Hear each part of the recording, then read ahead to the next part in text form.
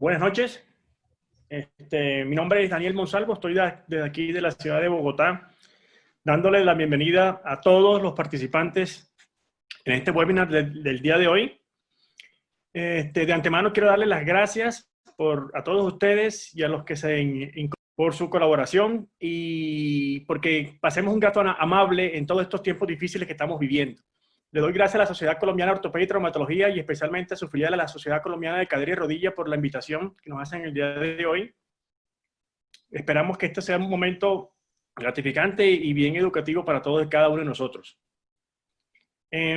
Antes de comenzar y presentarle al doctor Néstor Orozco, para ayudar a la dinámica de este webinar, entre los dos quisiéramos hacerlo más interactivo. Entonces, vamos a tener en la primera parte la charla y la conferencia del doctor Orozco y posteriormente vamos a pasar a las preguntas, a las discusiones, que depende del volumen de discusiones, tenemos todo el tiempo que sea necesario y vamos a responder todas las preguntas que podamos responderlas y no hay ningún límite de tiempo para esto.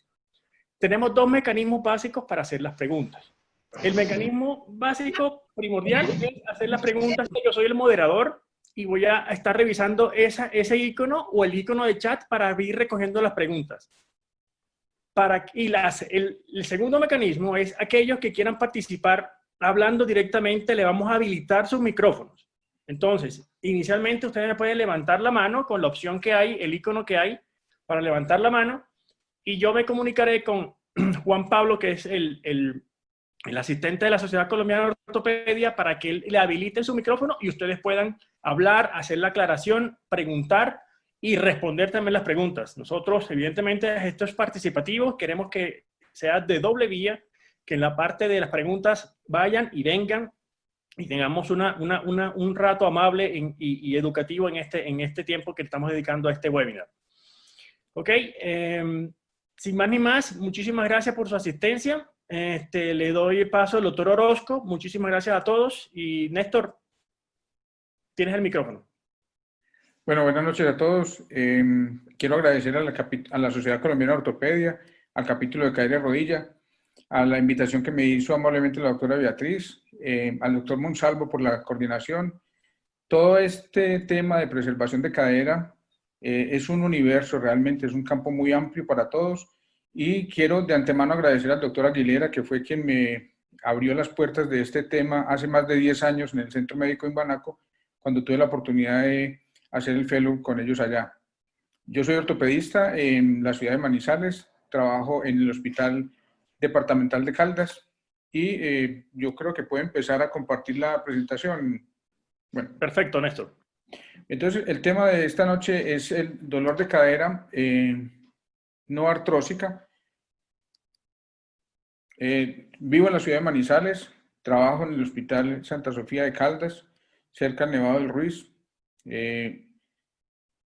Estos son los artículos que tuve la oportunidad de revisar. El dolor de cadera no artrósica, la cadera es la segunda causa de dolor musculoesquelético en los miembros inferiores. Siempre se ha hablado de que la articulación de la cadera es dolorosa en personas mayores, pero cada vez estamos recibiendo pacientes jóvenes muy activos entre los 18 y los 50 años con dolor de cadera. El dolor de la cadera y de la ingle en los futbolistas es más o menos en el 16% de los futbolistas.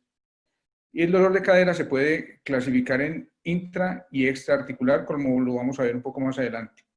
Los principales músculos que producen dolor son el glúteo, los flexores de la cadera y en la región inguinal.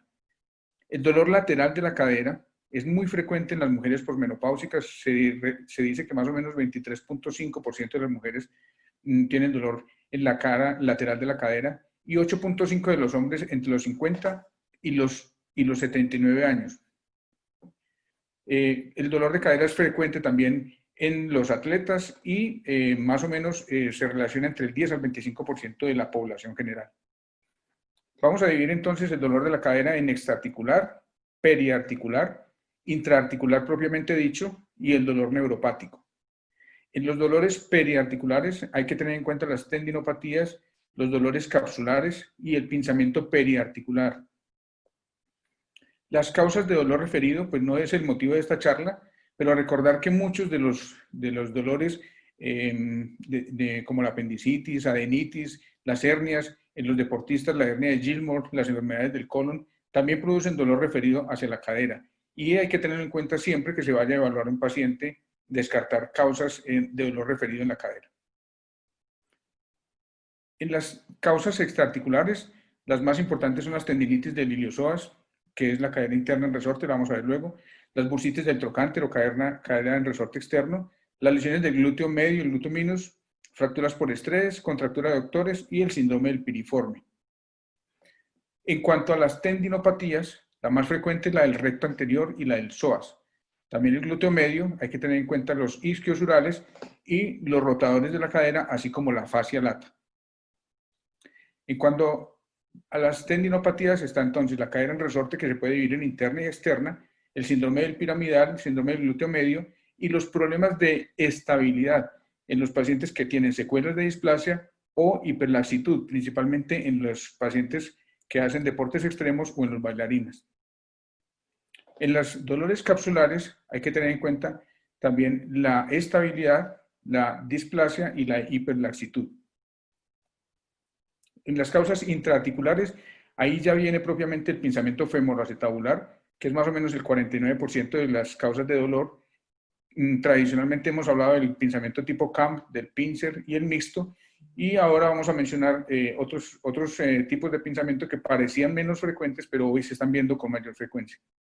Otras que influyen también en el dolor intraarticular son las lesiones del ligamento redondo y las lesiones condrales. En cuanto a los dolores neuropáticos, que son causa de dolor articular, principalmente los que tienen que ver con el nervio femoral y con el nervio obturador.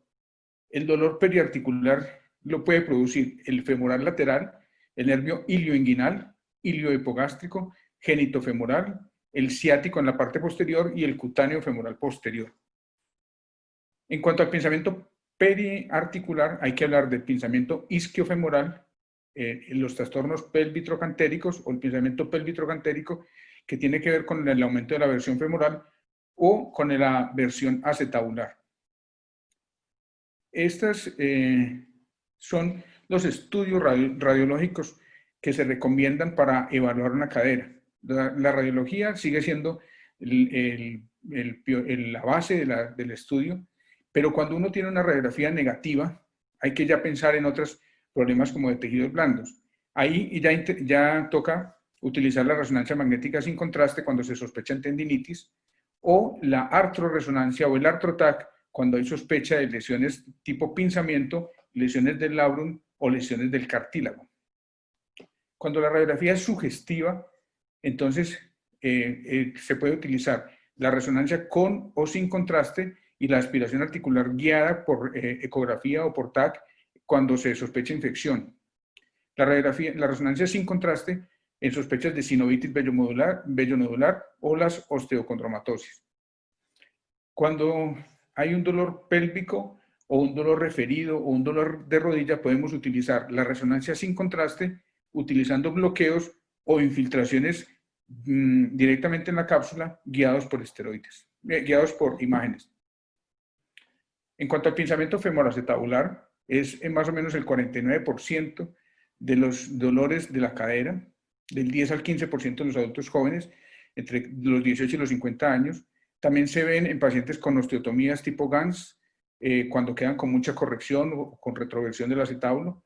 Y se sabe que los pacientes que tienen pinzamiento femoroacetabular, aunque sean asintomáticos, tendrán mayor riesgo de requerir una artroplastia de cadera. Los pinzamientos entonces, el tipo CAMP, pincer, mixto y el subespinoso, del que se está hablando últimamente.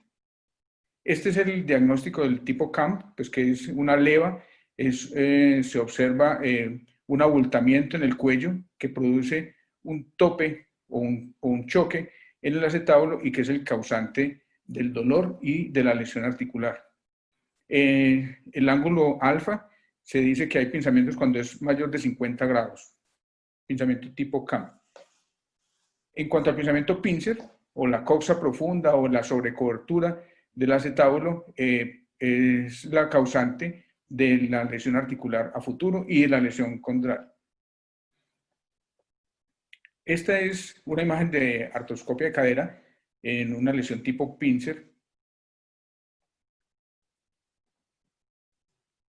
No solamente el pinzamiento femoroacetabular tiene que ver con la interacción del fémur proximal y el acetábulo. Hay que tener en cuenta una relación espinopélvica, que es un tema en el que nos tenemos que enfocar, porque la cadera no es aislada, la cadera corresponde a todo un complejo dinámico que es la pelvis y toda la espina, y eso puede producir síndromes dolorosos, principalmente en deportistas. Aunque no haya un pinzamiento estático, puede haber un pinzamiento dinámico, y es causante de dolor lumbar bajo en la espalda, de hernias y el pinzamiento femoroacetabular. Con esto, lo que habíamos dicho siempre de la coxa profunda y del signo del crossover, quedan como si fueran insuficientes en el estudio del pinzamiento femoroacetabular. Hoy en día tenemos que pensar en esto, que son las relaciones de la espina y la cadera, y en esta analizar si el paciente tiene un pinzamiento femoroacetabular puro por lesiones del labrum, que puede producir osteoartritis, o lo que es las relaciones o las anormalidades anatómicas del fémur proximal y del acetábulo. Este término, pues yo no encontré una traducción como más acertada, es la patoanatomía, es como la explicación de por qué se producen los pinzamientos femoroacetabulares por las deformidades o las aesfericidades en el fémur y las deformidades en el acetábulo. En el pinzamiento tipo CAMP, pues el ángulo alfa, cuando es mayor de 50 grados, el pincer, que corresponde a una coxa vara, a la retroversión del cuello femoral, al protrusio acetabular o a la sobrecobertura de la misma, y cuando el ángulo CE es mayor de 40 grados. Este es el estudio dinámico de la espina y de la pelvis, que es el que le debemos hacer hoy a los pacientes para definir si tienen un pinzamiento puro o un pinzamiento dinámico. Esto también es importante, que es tema de otra charla, y es la orientación de los componentes, sobre todo acetabular, para prevenir las luxaciones o los pinzamientos en posoperatorios de reemplazos articulares. Este es un tema que daría como para una revisión completa, porque la verdad es como lo que se está hablando hoy en día, y es la postura cuando hay una hiperlordosis o hay un tilt anterior de la pelvis. Eso predispone al pinzamiento femoroacetabular. También hoy estamos hablando de pinzamiento subespinoso. Es una imagen 3D donde se observa el pinzamiento subespinoso. Este es el pinzamiento subespinal, y las causas pueden ser traumáticas, congénitas y iatrogénicas, como en las osteotomías. Y hay una clasificación que puede ser A, B, C y D. Y el otro es el pinzamiento isquiofemoral. Dicen que esta es la imagen de la resonancia magnética, y este es el cuadrado atrapado ahí entre la espina y el trocánter menor. Y el espacio debe ser más o menos entre 8 y 17 milímetros antes de que se hable de pinzamientos. En cuanto a las laxitudes capsulares, pueden ser traumáticas o no traumáticas, y pueden ser por baja energía o repetitivas en atletas, bailarines, o por secuelas de displasia o por anteversión acetabular. Las lesiones del ligamento redondo o del labrum, estas son las imágenes de las lesiones, hay que sospecharlas también. La ruptura de la cápsula anterior generalmente es traumática. En cuanto a las lesiones del cartílago, hay que descartar si hay cuerpo libre intraarticulares, si son por secuelas de luxación o displasia, o necrosis vascular, o por secuelas de deslizamiento epifisiario en los casos de no traumáticas. Esta es la imagen del ángulo CE en una resonancia de una displasia, y la falta de cobertura de la cabeza con la deformidad de la cabeza. En cuanto a las lesiones condrales, la resonancia o la artorresonancia, que nos ayudarían a definir el diagnóstico. Rupturas del glúteo medio. No solamente el glúteo medio puede tener lesiones traumáticas, hay que pensar que los otros músculos alrededor de la cadera también se pueden lastimar, y la resonancia es el mejor estudio para eso. Otra causa de dolor son las caderas en resorte, resorte interno. fue descrito desde 1900 y se ha avanzado mucho en el estudio en los últimos 30 años. Desde 1984 ya se hablaba de la diferencia entre el resalto interno y el externo. Y ese hallazgo puede ser incidental en más o menos el 5% de la población. Se ve sobre todo en deportistas jóvenes, alrededor de los 18 años, y el paciente refiere un plunk o un resalto en la cadera.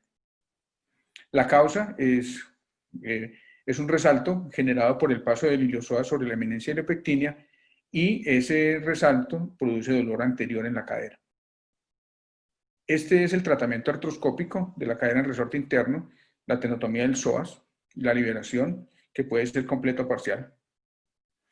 La cadera en resorte externa fue descrita desde 1913, se produce dolor en la región glútea, el signo de la C, que refiere el paciente al tomarse con la mano en la región glútea, produce una sensación de luxación de la articulación, se ve más o menos entre el 5 y el 10% de la población, y es muy frecuente en las bailarinas en el 91% de los casos, y puede ser bilateral en el 80% de los casos también.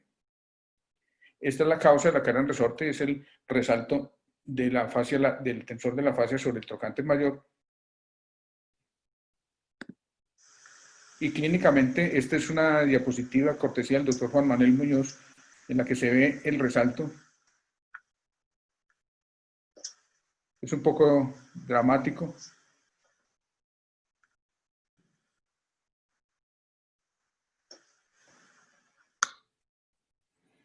El diagnóstico se hace pues mirando si hay retracciones, el test de Over. En la resonancia magnética se observan las imágenes de inflamación del tensor, también la ecografía nos ayuda. Y el tratamiento básicamente es con terapia, con antiinflamatorios, con infiltraciones locales, y el tratamiento quirúrgico, que puede ser artroscópico o abierto.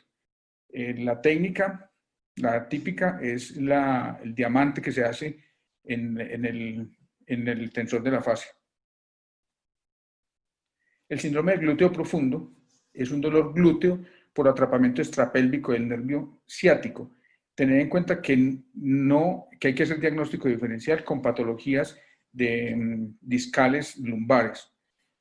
Puede ser debido a trauma, y el paciente se queja cuando tiene dolor en la posición sentado. Hay además parestesias del miembro inferior por el atrapamiento del nervio. De todos esos, el diagnóstico diferencial en el síndrome del piramidal constituye el 67% de las causas de dolor en la región del glúteo. Esta es la imagen donde se observa el nervio ciático y la relación con el glúteo y con los géminos, y en la parte externa está el trocánter mayor, y la íntima relación: cuando hay retracción de esos tendones se atrapa el nervio ciático y produce todo el síndrome del glúteo profundo. El diagnóstico diferencial: hay que hacer diagnóstico diferencial con atrapamiento del nervio pudendo, de pinzamiento isquiofemoral, pinzamientos del trocánter mayor con el isquion y el túnel isquial. Esta es la imagen de la resonancia en la lesión, el síndrome del glúteo profundo, y la relación con el nervio ciático.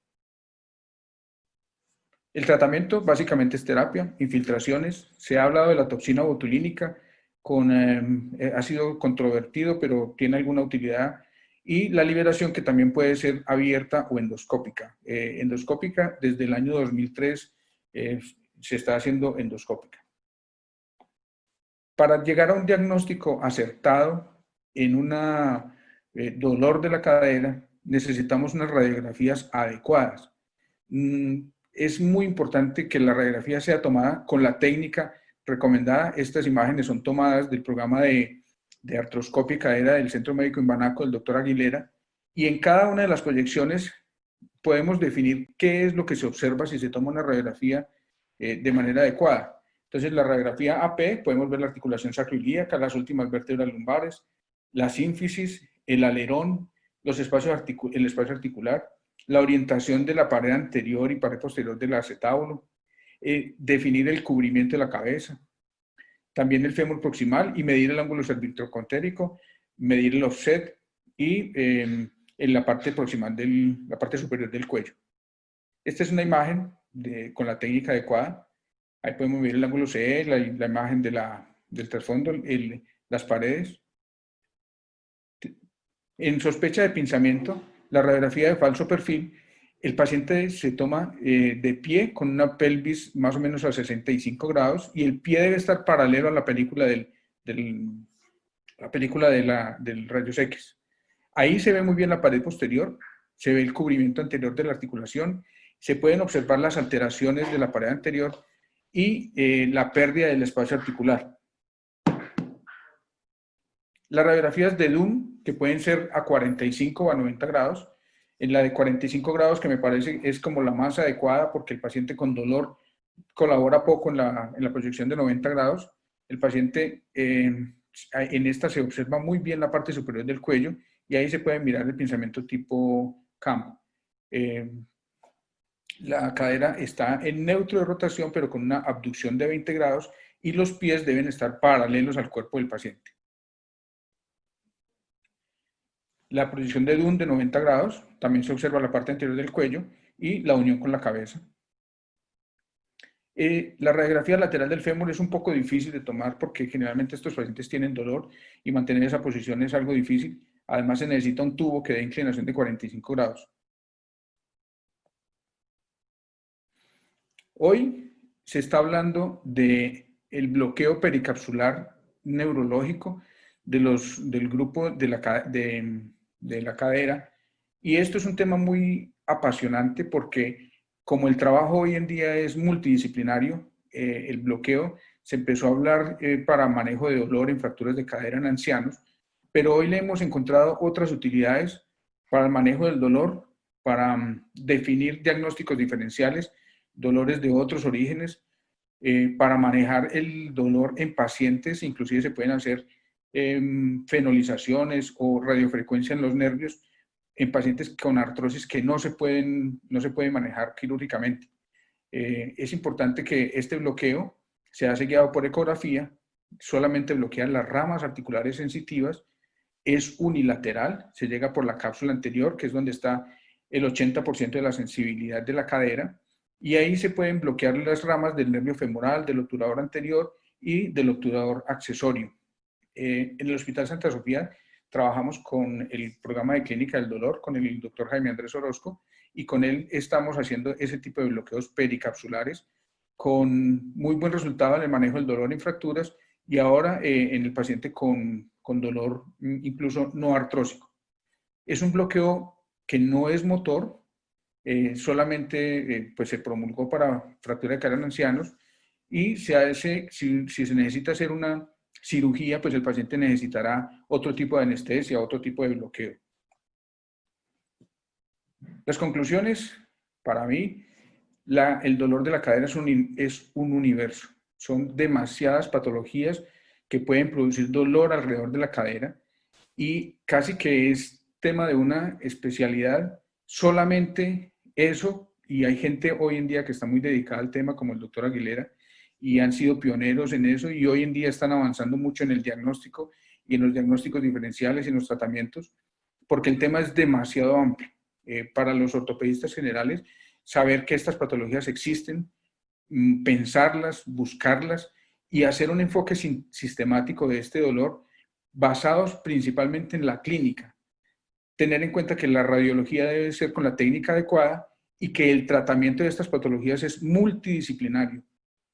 Como les estaba contando, el tratamiento lo estamos haciendo con grupos de dolor, con fisiatría, con neurocirugía, con reumatología.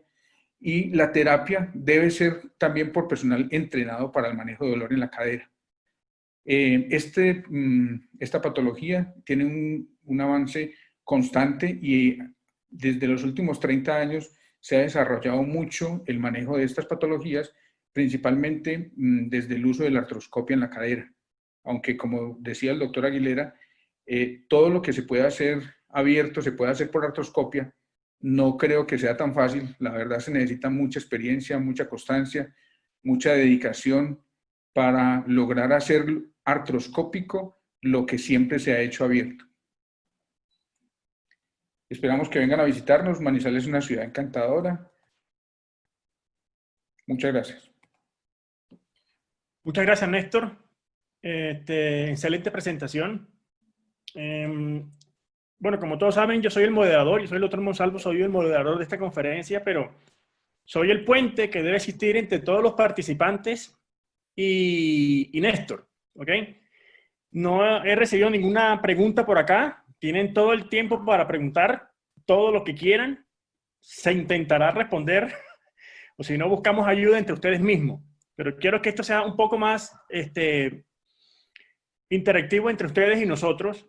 Hay la posibilidad, como les dije anteriormente, de escribir la pregunta y yo pues la digo, se la mando a Néstor, soy el puente entre ustedes y él. O me piden con la mano arriba, pueden levantar la mano en el cursor y yo directamente al asistente que tenemos de la sociedad, Juan Pablo, nos da acceso a su micrófono. ¿Ok? Para romper el hielo, quisiera dar unas preguntas yo. Voy a hablar con Néstor para que dejemos en claro unos puntos, desde lo más básico hasta lo más complejo, considero yo.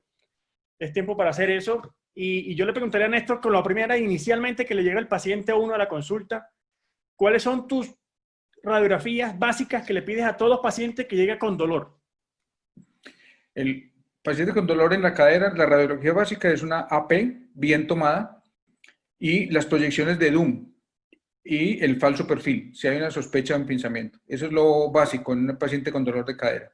Ok, ¿puedes ampliarnos en cada una de ellas, de esas tres, que son las mismas que yo utilizo, es la verdad?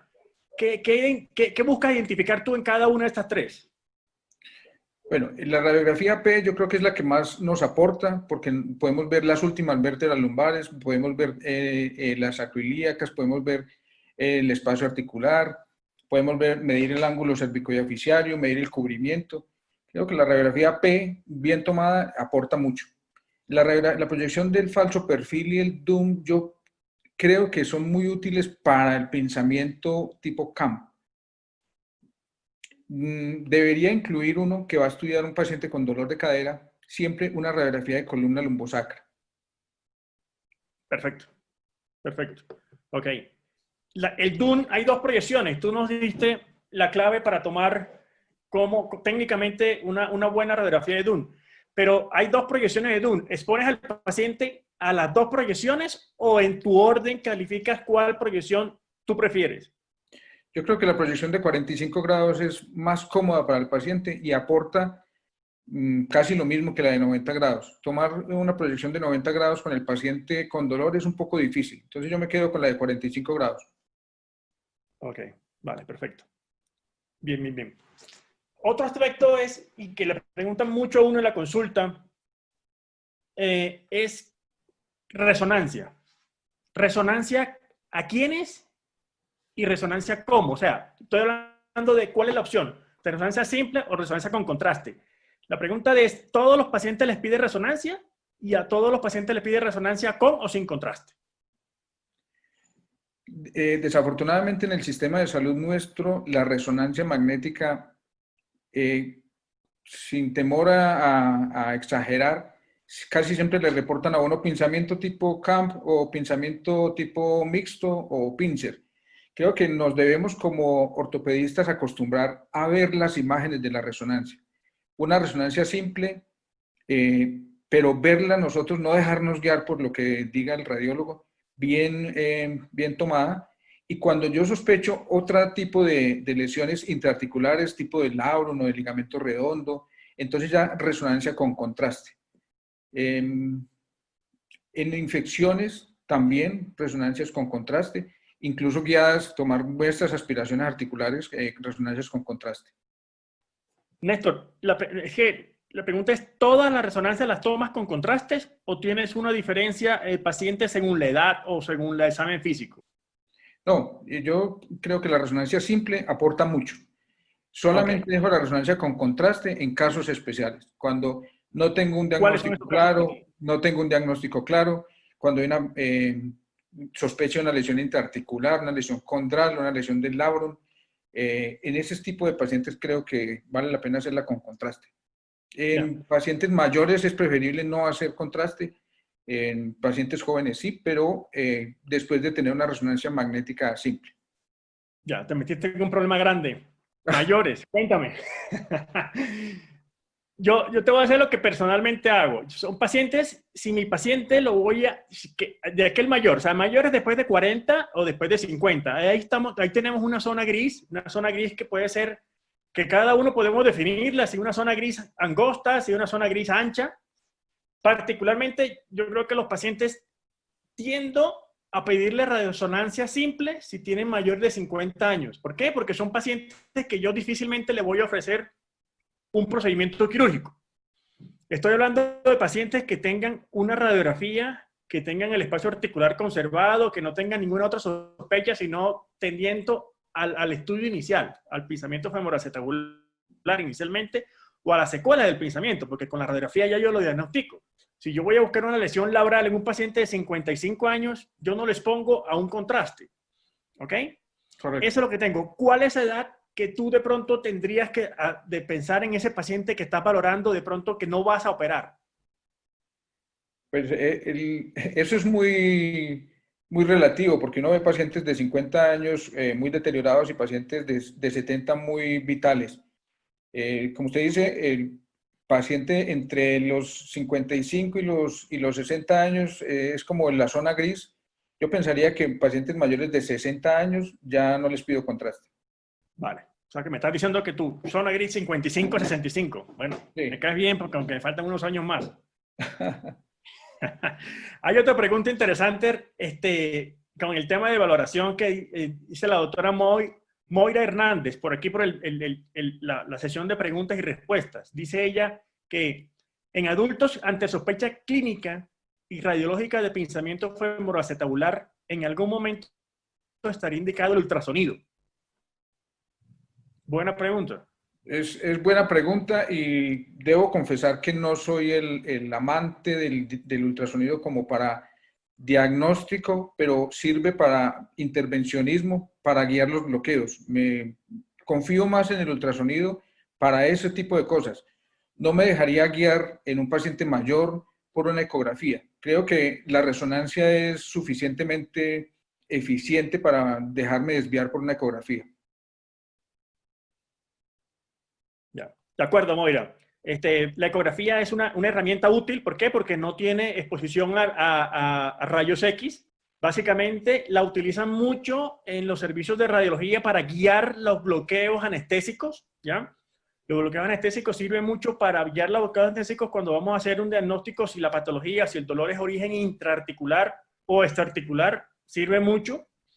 La guía de bloqueos del SOAPS cuando estamos hablando de caderas en resortes internas, o también bloqueos e infiltraciones de la cadera en resorte externa. Ni hablar del síndrome del piramidal, también puede ser útil para la guía de bloqueos o colocación de toxina botulínica a ese nivel, a nivel en el estudio del síndrome del glúteo profundo o en la patología que incluya alguna anomalía del nervio ciático. Es muy útil en cirugía o en el campo de la cirugía de preservación. Inclusive también en aquellas patologías de diagnósticos cuando tenemos prótesis de cadera que las resonancias magnéticas no tenemos unas imágenes claras, podemos utilizar con la ayuda del radiólogo experimentado la visualización de todos los componentes femorales y acetabulares y los síndromes de pinzamiento que se presentan en pacientes con reemplazos de cadera. ¿Ya? Los invito a seguir preguntando. Esto va de aquí para allá y de allá para acá. Entonces, todos saquémosle provecho un poco saquémosle provecho al doctor Orozco con su expertise en el tema. Señor. Hablemos otra cosa, el TAC. ¿A qué pacientes tuyos le solicitas el TAC? El TAC es de muchísima utilidad en displasia, en secuelas de displasia, el TAC con reconstrucción, en pinzamientos subespinales, en deformidades de secuelas, digamos, de enfermedad de Pertes o de deslizamientos epifisiarios. Creo que nos da una visión muy completa. Y en aquellos pacientes que han recibido osteotomías, que se les ha hecho procedimientos como el tipo GANS, una TAC con reconstrucción tridimensional me orienta sobre dónde puede estar haciendo pinzamiento la cadera. Perfecto, perfecto. Sí, en deformidades complejas, para redondear un poco todas las ideas que diste, creo yo. Yo también lo utilizo en esos casos. Siempre está en eso. Hay un punto muy importante que tocaste, y yo sé que lo tocamos por la premura del tiempo y la generalidad de la pregunta que tienes que responder hoy, es aquellas patologías capsulares. Se habla mucho en los últimos 5 o 10 años de las patologías capsulares y los síntomas que producen las hiperlaxitudes capsulares. Y tocaste un tema muy importante que es los pacientes bailarinas. Particularmente a la consulta me llegan pacientes que hacen actividad con arcos de movilidad muy amplios, que llegan frecuentemente con dolor y uno le toma una radiografía y ve una radiografía que no está muy alterada, no hay una alteración grande, macroscópica, y uno pasa, son pacientes usualmente en la adolescencia o en los primeros 20 años, y le toma uno una resonancia y la resonancia tampoco da una respuesta a la presencia de dolor en esas pacientes. Cada vez más me convenzo que esos pacientes tienen hiperlaxitud, aunque no tengan un síndrome de hiperlaxitud totalmente diagnosticado, un Ehlers-Danlos macroscópico o diagnosticado anteriormente. ¿Cuál es tu visión, cuál es tu enfoque en esa clase de paciente particular? Esos pacientes hay que pensar no solamente en la laxitud capsular, que puede no ser de origen congénito o de origen del tipo de colágeno del paciente. Esa laxitud puede ser causada por el sobreentrenamiento, por la actividad física de ellos. Y en estos pacientes cabe el estudio de la relación espinopélvica que estábamos mencionando ahora. Generalmente son pacientes con una hiperlordosis lumbar y con una inclinación de la pelvis hacia anterior. Esas pacientes tienen un pinzamiento dinámico, no es un pinzamiento estático por una lesión estructural de la cabeza o una lesión estructural del acetábulo, pero esos pacientes que uno los estudia, los exámenes salen negativos, yo creo que son pacientes para analizar desde el punto de vista dinámico. Muy de acuerdo con tu respuesta, Néstor. A veces olvidamos que somos un conjunto, somos una serie de articulaciones que tienen relación unas con las otras y a veces nos enfocamos solamente en la parte que está doliendo, pero nos olvidamos de la columna. Y esa relación espinopélvica no solamente está siendo estudiada y hay amplia literatura en los reemplazos articulares, sino ahora aquí con la cirugía de preservación. Todo tiene que ver con todo tiene que ver con las articulaciones de la cadera y la rodilla, es un conjunto y se debe valorar como un conjunto. Entonces esos pacientes hay que evidentemente mandarlos a un programa de terapia física intensivo buscando un mejor equilibrio de la cintura pélvica como un todo, columna y cadera en general. Y son muy difíciles y se lo advierto al equipo, a los participantes del webinar, que se presentan 1 o 2 al año y ese tienen un problema con esa paciente que no sabe, evidentemente, si no se pone a buscar en otras partes la respuesta para darle a su manejo. Pregunta de Joana, dice el doctor Orozco, Joana Cuervo. Doctor, buenas noches, gracias por la charla y la información. ¿Qué tanto recomienda la infiltración en pacientes con dolor lateral sobre tocánter mayor? ¿En qué momento realizarla? ¿Qué tanto esperar las respuestas a un manejo médico y terapia física? Yo creo que es una de las infiltraciones más utilizadas por el ortopedista.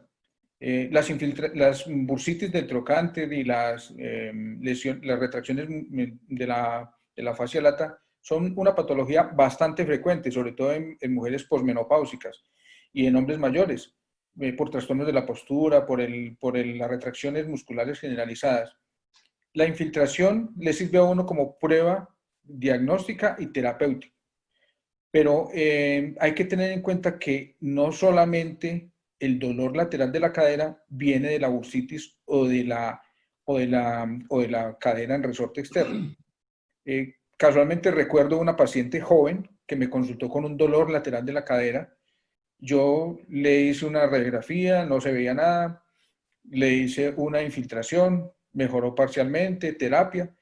La paciente regresó con el dolor, le hice una segunda infiltración y no mejoró. Ya con eso le pedí una resonancia magnética y esa paciente tenía un tumor del cuello femoral. Entonces, yo creo que la infiltración es una muy buena herramienta, pero no nos podemos quedar ahí ni insistir en hacer el manejo solamente con infiltraciones. Hay que hacer diagnóstico diferencial y utilizar la infiltración como una herramienta más. De acuerdo. De acuerdo. Y yo sumaría que inicialmente no hago infiltración sin tener antes una resonancia magnética. Es requisito siempre hacer una infiltración, hacer una resonancia magnética y ver. Y si le pregunta a uno el número de infiltraciones sobre una bursitis del trocánter, Néstor, ¿cuántas máximas haces tú? 2. Ok, perfecto. No más de 2. Si no lo solucionó con la segunda, eso no es por ahí el camino. Ok, perfecto. Últimamente también la cirugía de preservación está de moda y está en unas buenas técnicas para hacer reparaciones del tendones del glúteo medio en rupturas. Algo semejándolo como el síndrome del manguito rotador. ¿Has tenido experiencia con eso? No, no he tenido experiencia con esa ruptura. Ok, cada vez más hay artículos y hay grupos de trabajo sobre hacer reparaciones tendinosas del glúteo medio con esto. Los resultados son funcionales, son a corto plazo, como todas las cirugías de preservación al inicio, pero cada vez más se está hablando y cada vez más se tiende a hacer la reparación quirúrgica de rupturas estructurales completas del glúteo medio. ¿Ok? Tiene el problema que esas rupturas se presentan en la mayoría de los casos en pacientes que pasan a los 40 años y en la mayoría de los pacientes, y en un gran número de pacientes también presentan patología artrósica. Entonces es difícil de pronto diferenciar la patología artrósica de la patología tendinosa. Entonces se realiza en casos muy seleccionados y muy escogidos. ¿Ok? Correcto. Aquí hay una pregunta que el doctor Arturo Joachín dice, ¿en qué caso recurre a la electromiografía? La electromiografía es una herramienta útil cuando hay sospecha de discopatía lumbar. La electromiografía, cuando hay un atrapamiento del nervio ciático, debe ser pues realizada por alguien muy experimentado para hacer el diagnóstico diferencial.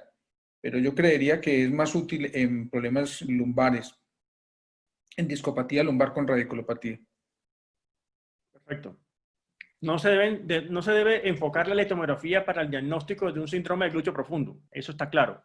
No. Pero sí es importante en el diagnóstico del síndrome de glúteo profundo descartar cualquier patología radicular que venga de la columna lumbar o que se origine en la columna lumbar. ¿Ok? Es como una herramienta más. Estoy de acuerdo totalmente contigo, Néstor. Hay una pregunta del doctor Rodríguez que ya le escribió por acá. Dice, para mí ha sido difícil entender que el CAN es una patología que cause un daño real a la cadera. Más cuando hasta el 20% de la población asintomática lo tiene. ¿Cuál es la evidencia fuerte que muestra que el pinzamiento isquiofemoral y la lesión del ligamento redondo son patologías que requieren tratamiento? Es que la pregunta están combinadas dos preguntas acá, Néstor. Dice el doctor Rodríguez básicamente, es difícil entender que el CAN es una patología que cause un daño real a la cadera, más cuando el 20% de la población asintomática lo tiene. ¿Cuál es la evidencia fuerte que muestre que es que es el productor de ese dolor? No, pero estoy de acuerdo con el doctor. No, hay muchos pacientes que tienen como hallazgo radiológico una deformidad tipo CAM, sin ser sintomático y sin requerir tratamiento quirúrgico. No todo lo que uno ve en la resonancia o en la radiografía hay que operarlo. Si el paciente no tiene dolor, incluso refieren pacientes que tienen la deformidad y que son asintomáticos y que no tendrán artrosis a futuro. Pero ahí es donde entra uno a cuestionarse si a usted le consulta un paciente y usted vio la deformidad y tiene dolor, ¿usted se queda ahí como esperando a ver qué pasa o le ofrece una cirugía de preservación de la cadera? Creo que no tengo la cifra de una evidencia fuerte, pero yo no me quedaría tranquilo con un paciente que tiene algo de dolor en la cadera y que yo le veo un pinzamiento tipo CAM, esperando a ver si es uno de ese 20% que no va a ser artrosis. Creo que después no se la perdonan a uno. Sí, de acuerdo. De acuerdo, el porcentaje de CAM asintomático puede llegar hasta el 40% de los casos. En voluntarios asintomáticos, hasta el 40% pueden tener un CAM. y hasta el 60 al 70% puede tener una lesión labral. No todas las lesiones, obviamente, no se operan pacientes asintomáticos, no hay evidencia fuerte que de operar a pacientes asintomáticos sea válido, pero sí es evidente que si tenga una lesión labral, una lesión, síntomas de dolor y la presencia de una deformidad clara CAM, el paciente tendría indicaciones biomecánicas, ¿ya? Y sintomáticas de buscar un tratamiento quirúrgico, y podemos ofrecerle un tratamiento quirúrgico a un paciente que sea sintomático, evidentemente. ¿Okay? Y la otra cosa es que estamos como en pañales, ¿no? Cirugía de preservación de cadera es reciente, 30 años para lo que es el dolor de la cadera es poco. Y se ha evolucionado tanto que hoy se conocen muchos síndromes alrededor del dolor de cadera que antes no se conocían. Y creo que el camino es hacia mirar desde el punto de vista dinámico el comportamiento de toda esa relación espinopélvica y de la cadera sobre qué es lo que realmente produce dolor y produce daño articular. De acuerdo. De acuerdo. Aquí continúa el doctor Rodríguez con la pregunta dice, ¿el pinzamiento isquiofemoral y la lesión del ligamento redondo son patologías que requieren tratamiento? En el isquiofemoral, la medición es hasta 17 milímetros, ¿no? Si el espacio es menor de 17 milímetros, es quirúrgico. Y la lesión del ligamento redondo se necesita mucha experticia para llegar hasta allá y hacer algún tipo de reparación o de resección o algo. La mayoría de esas lesiones, por la complejidad técnica, yo creo que son de manejo conservador. De acuerdo parcialmente, Néstor. Evidentemente, el síndrome isquiofemoral es sintomático. El síndrome isquiofemoral es sintomático, y el problema que tiene es que usualmente el paciente le llega a uno con 3 años de síntomas y ha paseado por 4 o 5 colegas anteriormente y ocasionalmente alguno ha tenido que colocar el punto en la IES y decir que ese es el diagnóstico, hacer el diagnóstico. Los pacientes con pinzamiento isquiofemoral son pacientes que usualmente es tanto el dolor que llegan con alteraciones ya tipo depresivo por el dolor y por la presencia permanentemente de molestias en su cadera y en las actividades diarias. Son pacientes que usualmente no se pueden sentar sobre ese isquio, no se pueden sentar inclusive para realizar jornadas laborales largas. Entonces, no hay duda que la mejoría sintomática en este grupo de pacientes es válida. ¿Okay? Se acepta que el tratamiento quirúrgico les trae beneficio a estos pacientes. Es difícil el diagnóstico, es difícil el tratamiento.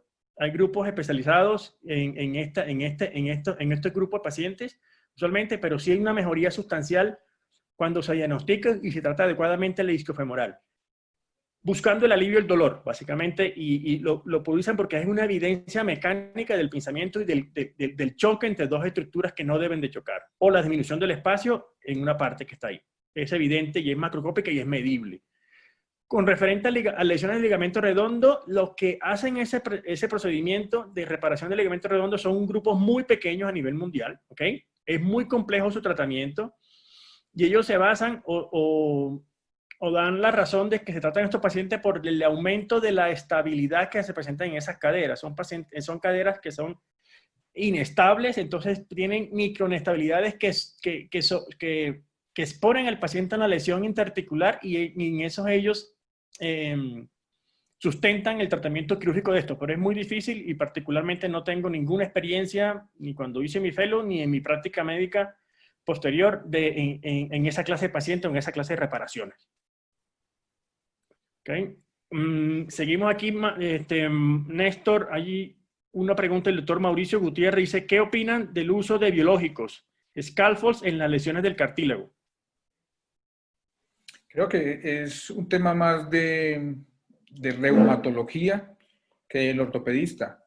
Creo que los biológicos tienen una indicación precisa si tiene una base reumática el paciente, pero no en todos los pacientes que tengan una lesión condral, porque el riesgo de los biológicos es alto, ¿no?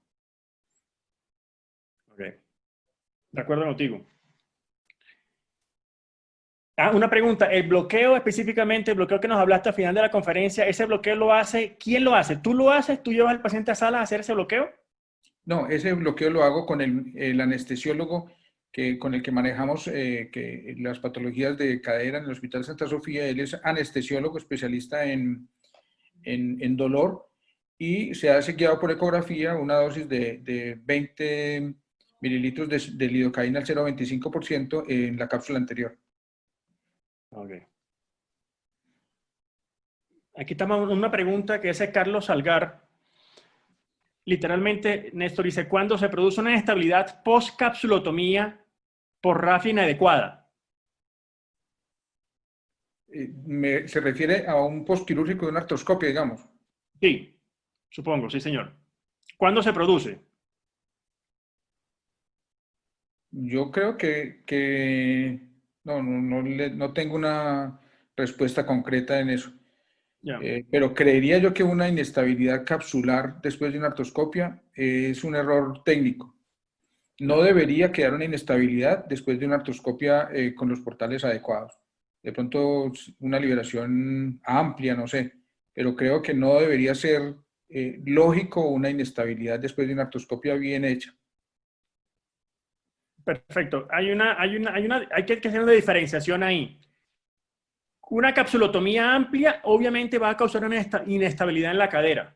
¿Por qué? Porque el iliofemoral se libera y se hace una recesión de este y en la cadera queda usualmente con una inestabilidad que en el mayor grado es una luxación, en el menor grado puede ser una permanencia de los síntomas dolorosos en esa cadera.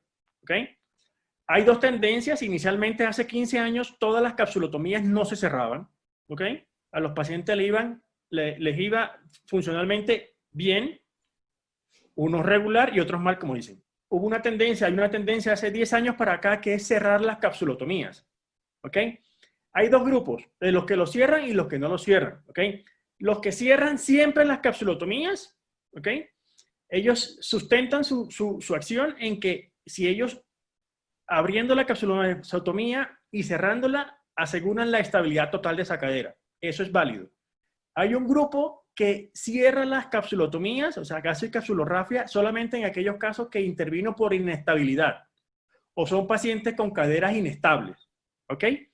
Y hay un grupo, evidentemente, que nunca cierra las capsulotomías. Hay grupos, hay literatura al respecto, hay literatura que compara los dos grupos. No hay evidencia acierta que uno tenga que tener que cerrar todas las capsulotomías. No hay evidencia, pero sí, si usted tiene un paciente con riesgo de inestabilidad posterior, o sea, un paciente que llevó por una cadera limítrofe, o tiene una inestabilidad o una hiperlaxitud, necesariamente esa cadera le va mejor que usted haciendo la capsulorrafia adecuada. ¿Ok? Hay que cuidarse de salud. Usted puede hacer una capsulotomía mínima y utilizar lo mínimo posible para hacer el tratamiento intraarticular. Eso lo ayuda. O haga una capsulotomía amplia y debe cerrarla posteriormente a eso. ¿Ok? Voy viendo más preguntas por acá, Néstor. Dice el doctor Fernando López, en cuanto a la infiltración en cadera en bursa o tendón, ¿con qué prefiere infiltrar? ¿En qué cantidad y frecuencia?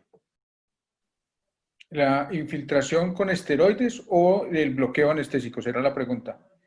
Porque el bloqueo anestésico es con 20 mililitros de lidocaína, de bupivacaína al 0,25. Y con esteroides de depósito, prefiero la triamcinolona, una dosis de 5 mililitros en 10 mililitros de lidocaína. Ok, prefiere. ¿Cuánta frecuencia? ¿Cuánto aceptas tú un paciente que te pide infiltración? Máximo 2 y no antes de 20 días la segunda dosis. Ok. Perfecto, perfecto, perfecto. Hay una pregunta grande, es en aquel paciente que tú le diagnosticas una cadera en resorte, porque el paciente llamativamente siente el cadera en resorte. ¿Cuánto tiempo después se le ofrece tratamiento? ¿O cuál es la indicación para tratamiento quirúrgico a ese paciente?